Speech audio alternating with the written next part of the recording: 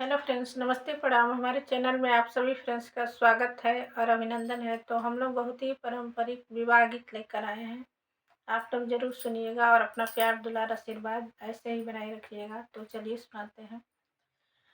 पापा जे चले बरा खोजे हो आमा कहे बात। पापा जे चले बरा खोजे हो आमा कहे बात।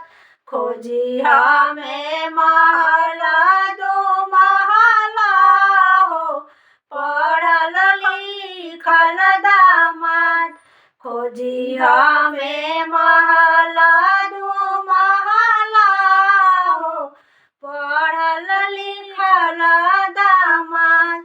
खोजता खोजता पापा थकी गईले हो नाही मिलले दामाद। खोजता खोजता पापा थकी गईले हो नाही मिलले दामाद। जेकरा जे बड़े मर्दू महला हो मांगे बहुत दहेज।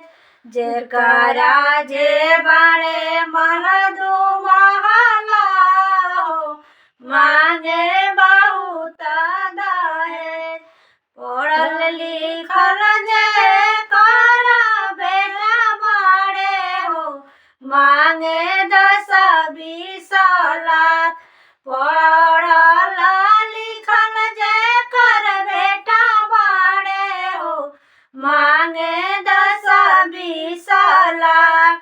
पापा देवले मुखरू मला धारी हो आमा पोछे चरा लोर।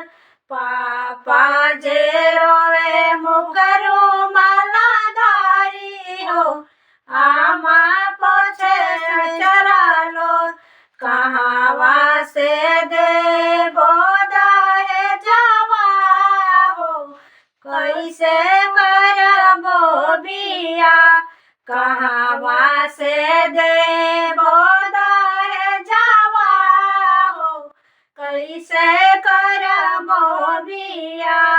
धियावा कुंवारी कैसे रखबो हो कैसे करबो कन्यादान।